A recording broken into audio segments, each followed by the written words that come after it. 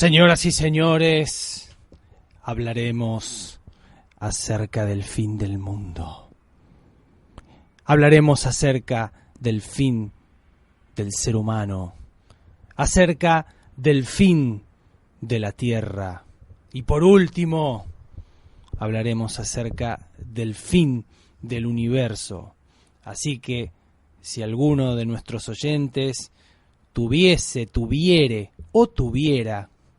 alguna esperanza, abandonad, oh tú que hayas centrado toda esperanza. Leíamos en La puerta del infierno de la Divina Comedia de ese pérfido cristiano llamado Dante Alighieri. Pero, tratándose del fin, vamos a tener que volver a hablar un poco de los orígenes. Es decir, si queremos hablar de la explosión final, el Big Crash, tenemos que hablar, o recordar al menos, la oración inicial, el Big Bang. Ya en las ecuaciones de la relatividad de Einstein, vamos a volver a hablar del misógino de pelos locos. Ya en las ecuaciones de la relatividad de Einstein estaba la posibilidad de la expansión del universo. Habíamos dicho en el primer programa, Inicios, que el universo estaba expandiéndose. Eso es algo que hemos demostrado científicamente, poéticamente, a lo largo de todos estos programas. No vamos a repetir ninguna demostración, que por otra parte no nos interesa. Desde el principio del universo, desde el minuto cero, no que algunas zonas de la materia se estén expandiendo. No, el universo entero se está expandiendo. Y esto ya se deducía de las ecuaciones de la relatividad de Einstein. Pero el mismo Einstein, cuando encontró esta inquietante variable, intentó demostrar que existía, por otro lado, un efecto de equilibrio que llamó constante cosmológica para evitar el asunto de la expansión y la tremenda, terrible, terrorífica idea para el señor Einstein de que el universo colapsara. Entonces desarrolló una ecuación antigravitatoria que, como les acabo de decir, dio en llamar la constante cosmológica. Pero otro científico, Hubble, eliminó esa constante cosmológica, porque lo voy a decir de forma un poco más simpática, no hay equilibrio, sino cambio constante. Eso ya lo sabemos desde Heráclito, pero los científicos tardan un poquito más en reconocer algunas cuestiones que los poetas y los filósofos intuyeron más o menos 10.000 años antes. Y después dicen, ¡oh! Hemos descubierto el átomo. Entonces desde el más allá viene Demócrito y les dice, yo canté PRI. La forma más científica de decir que todo está en constante cambio es la expansión del universo. Bueno, Hubble desarrolló también una tasa para medir la expansión del universo. Qué maravilla, ¿no? O sea, podemos medir el ritmo de la expansión del universo. Hay algunos bateristas que no pueden tocar 4 negras seguidas y hay científicos, hablo de negras de figuras musicales desde ya, si no me referiría a chicas afro. Y hay un científico que desarrolla una tasa para medir la expansión del universo. ¡Qué maravilla! ¡Qué maravilla! Bueno, la cosa es que Hubble elimina la constante cosmológica de Einstein y desarrolla su expansión del universo. Ahora, pero sucede algo, que es que nuestro universo no está frenándose rápidamente como correspondería con un modelo de universo de gran densidad de materia, como es el nuestro precisamente. Tampoco está frenándose lentamente como si correspondiera a un universo con una densidad crítica. Ni siquiera se está frenando en absoluto como si fuera un universo vacío. Hay también modelos del universo vacío, pero en realidad no porque el universo esté vacío, sino porque son más simples desde el punto de vista matemático para desarrollar. Bueno, pero la cosa es que nuestro universo se está acelerando y la expansión es más rápida cada vez. Esto también inquietó un poco a Hubble, porque todavía no estaban las informaciones adecuadas de lo que se ha dado en llamar la energía oscura, que es un tema que desarrollaremos en otro programa. Pero para entender la aceleración de la expansión cósmica, tenemos que entender la variable de la energía oscura, que es la que sí se relaciona con la cuestión de materia y energía y con la hipótesis cuántica. Pero al mismo tiempo, la ironía es que Einstein dejó de lado, como les decía, la constante cosmológica, o también llamada constante lambda, con B de burro. Pero cuando se descubrió que la mayor cantidad de energía y de materia no eran ordinarias, eran oscuras, se resucitó la constante cosmológica de Einstein.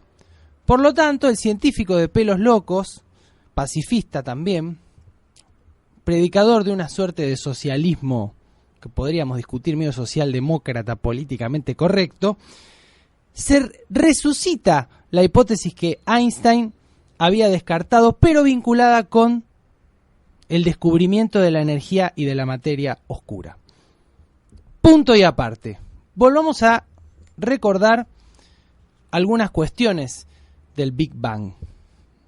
En el primer instante apareció, supuestamente, un universo minúsculo. Posiblemente casi de inmediato el universo entró en una época inflacionaria, como la Argentina, durante la cual esa pequeña región espacial multiplicó su tamaño de forma exponencial en una pequeña fracción de segundo. Al terminar la inflación, el universo se llenó de caballo, de materia y radiación. La temperatura en aquel momento era extraordinariamente alta, un universo denso y caliente. Y fue descendiendo, como en aquella época River se fue a la B, a medida que el universo seguía expandiéndose. Esta época inicial, esta niñez, es genéricamente llamada como Big Bang. Pero ¿qué pasa? El universo se encendió, como una ama de casa cuando se divorcia. La materia fue concentrándose poco a poco en torno a las zonas de más densidad. En este proceso de agrupamiento, la materia oscura, esta nueva compañera de viaje que les hemos presentado, jugó un papel especial. Las primeras estrellas, seguramente con sus planetas, todavía tardaron varios cientos de millones de años en formarse. En ese momento fue como si se encendieran lámparas.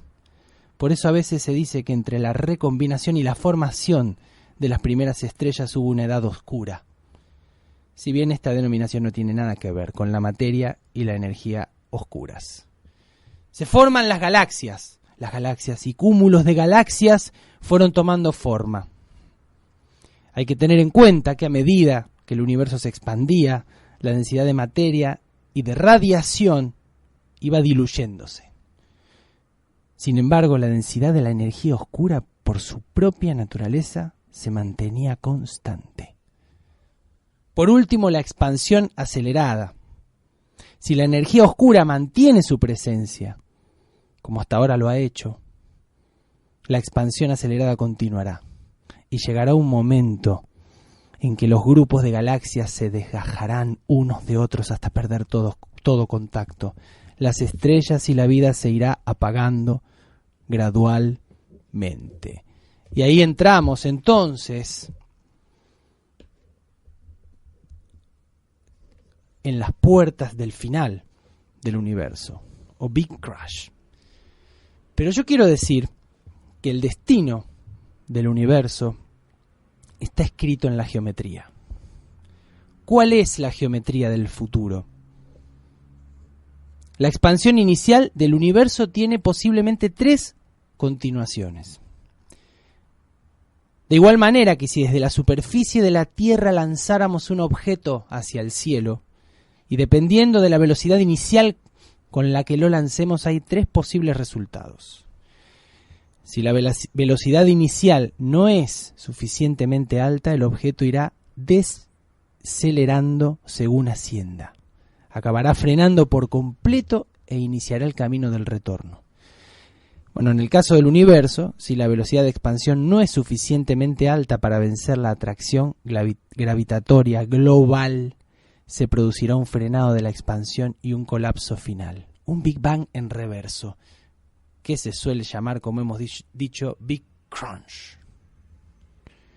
Si la velocidad inicial supera un cierto umbral, entonces el objeto podrá escapar del campo gravitatorio terrestre, alejarse de modo limitado y aún tener energía cinética de sobra.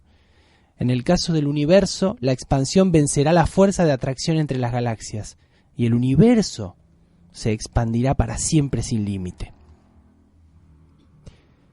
Existe un caso crítico, cuando la velocidad con la que se lanza el cuerpo es exactamente la necesaria para escapar del pozo gravitatorio de la Tierra. En este caso el cuerpo también escaparía hasta el infinito, pero moviéndose a velocidad cada vez más lenta y en un sentido matemático deteniéndose exactamente al llegar al infinito. En el caso del universo correspondería a uno que se expande de modo ilimitado, una expansión infinita, pero que se acercaría a un estado casi estacionario según el tiempo fuera transcurriendo.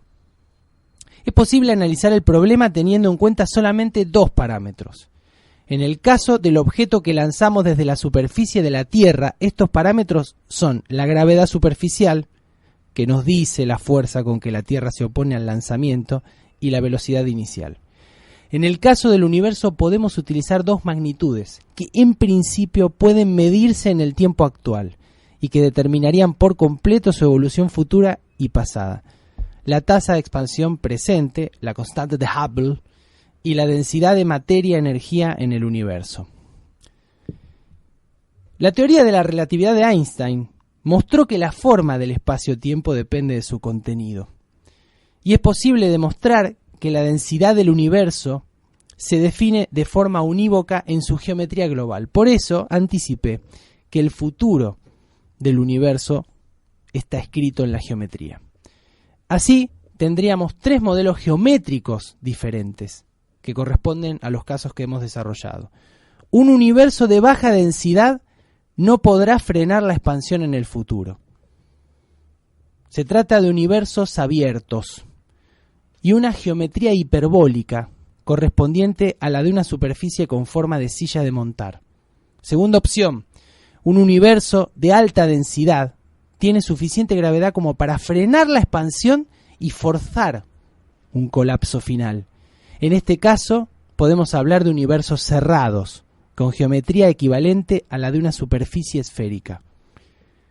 Última opción, un universo que viva justo en el umbral de la densidad crítica se expandirá para siempre, aunque en el límite en que el tiempo tiende a infinito se aproximará a un universo estacionario. Podemos llamarlo universo plano, y su geometría sería precisamente la que corresponde a una superficie plana. La geometría euclidiana, la que hemos estudiado en la escuela. Por lo tanto, existen otros modelos también, cíclicos, que suponen que el instante de la gran explosión que dio lugar a nuestro universo corresponde al instante final de un universo anterior, tras completar su propia fase de expansión, frenado y contracción. En este caso podríamos esperar que nuestro cosmos, en caso de experimentar un colapso final, pudiera también rebotar y renacer inmediatamente después. Pero es muy importante señalar que en cualquier caso, incluso si desde el punto de vista filosófico pudiéramos asumir que esto es así, el paso por esa singularidad borraría necesariamente toda la información sobre el estado anterior, con lo que desde el punto de vista de la observación, no habría nada que pudiera indicarnos o confirmar su existencia.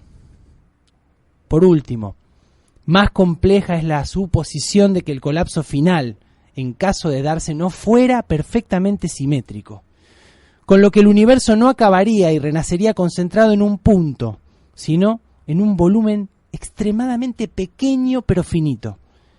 En este caso podría ocurrir que no se aplicara lo que acabamos de describir, ese borrado, esa singularidad, y podría pensarse en alguna información que pasara de una encarnación del universo a la siguiente. No obstante, antes de que nos esperancemos, debemos reflexionar ya mismo que la observación detallada del fondo cósmico de microondas nos muestra que el estado inicial del cosmos fue extremadamente simétrico y homogéneo, y la combinación de todos los datos disponibles descartan de modo taxativo la posibilidad de que la fase final de nuestro universo implique un colapso. El Big Crunch del que se habló durante tantos años es hoy un modelo absolutamente abandonado.